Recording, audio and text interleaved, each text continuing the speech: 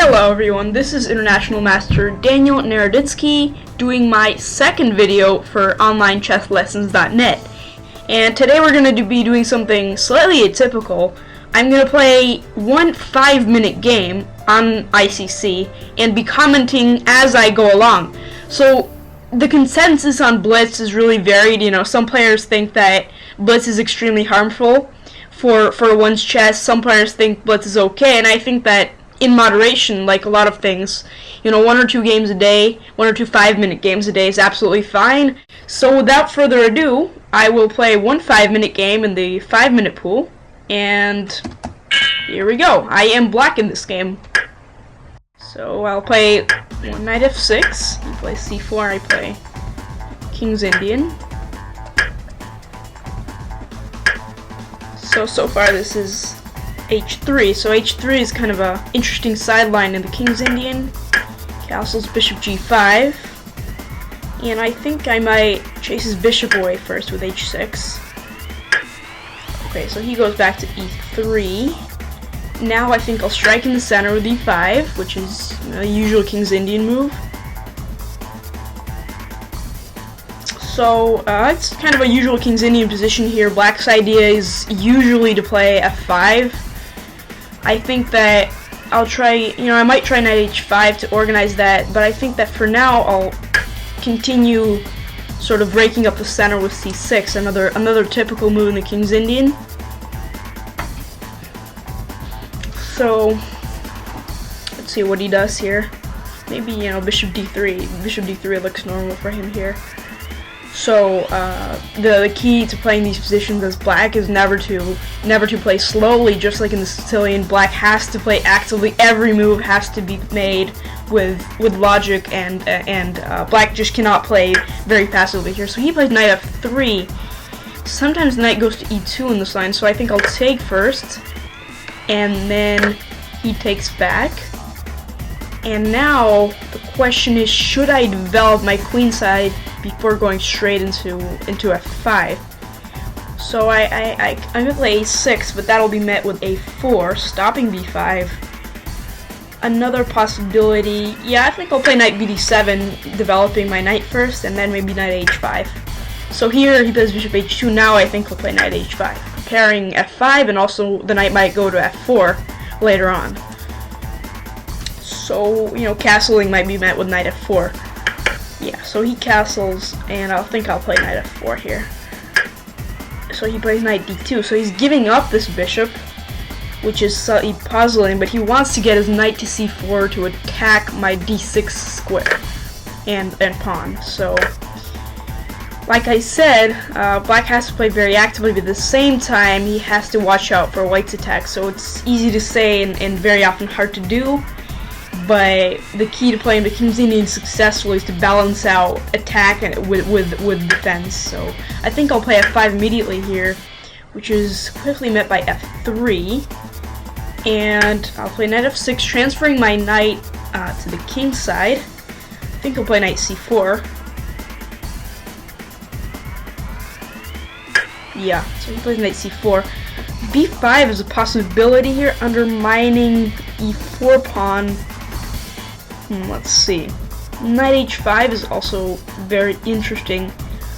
Knight h5, yeah, I think I'll play knight h5, threatening to infiltrate onto g3. He quickly plays queen d2, defending against that.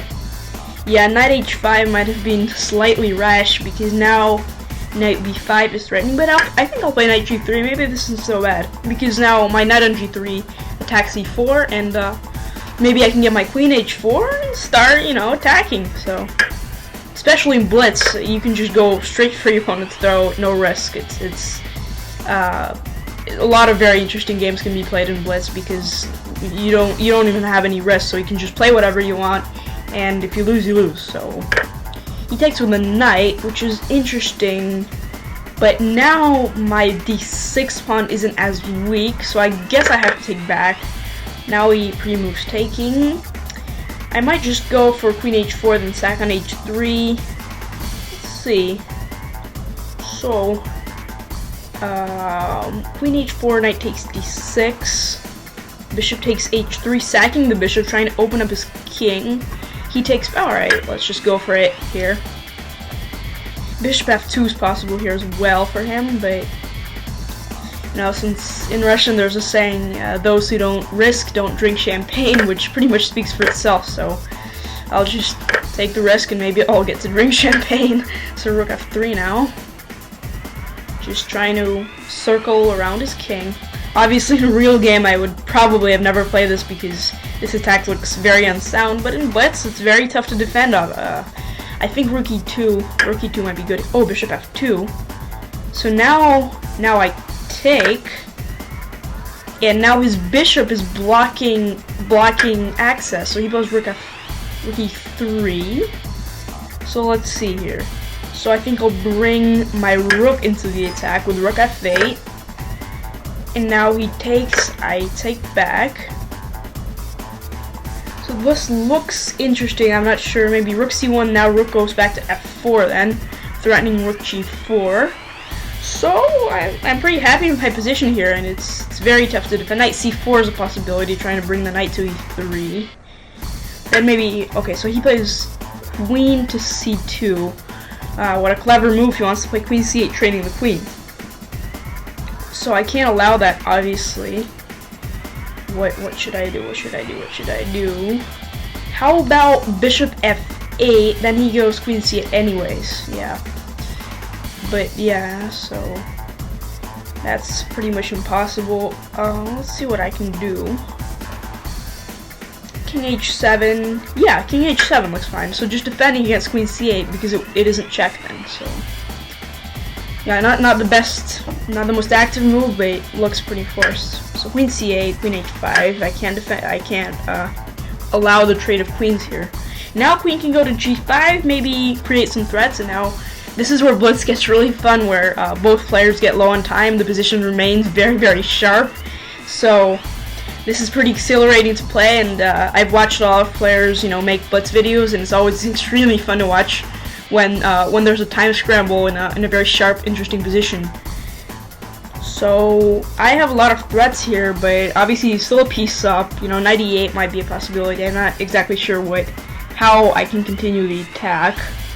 But queen g5 followed by queen infiltration on d2 is a very unpleasant threat. So he's thinking, and he's getting low in time. So king g2, what an interesting move. So he's just chasing away my rook, and I think I'll oblige. But now queen h3, no, he doesn't play that. Alright, but don't I just win with queen f3 check? I win his piece here. So if king f1, queen takes f2 check is just mate, and king h2 is forced. And then queen takes f2 check, and I just made him on h4, and he resigns. So that was an extremely fun game to play. And what happened here was that in the beginning it was the king's Indian defense, and I'm black again. I'm black in this game, so bishop g7, and he plays this move h3, guarding the g4 square. I castle bishop g5, and h6 chasing away the bishop. Then I play e5, attacking the center. He plays d5. Now c6, opening up the center. He plays knight f3. I take, knight bd7, just developing my piece. He plays bishop e2, and I take advantage with knight h5, transferring the knight to f4. He castles knight f4. He gives up this bishop, which might have been dubious because now f5, just blasting open the king side. He plays f3, weakening the g3 square. I try to get my knight there as fast as possible, and knight goes to g3. Now queen gets activated. He takes his pawn. Now bishop takes h3, ripping open the king side. And in a blitz game, this is extremely tough to defend against. Rook goes to g3.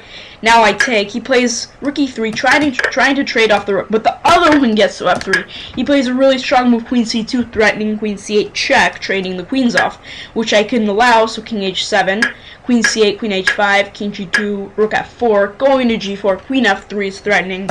He just panicked here in queen f3, and this is mating because king h2, queen takes f2 check is just terrible.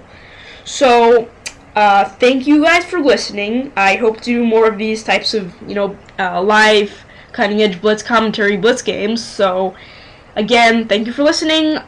This is International Master Daniel Naroditsky, and see you guys at my next video.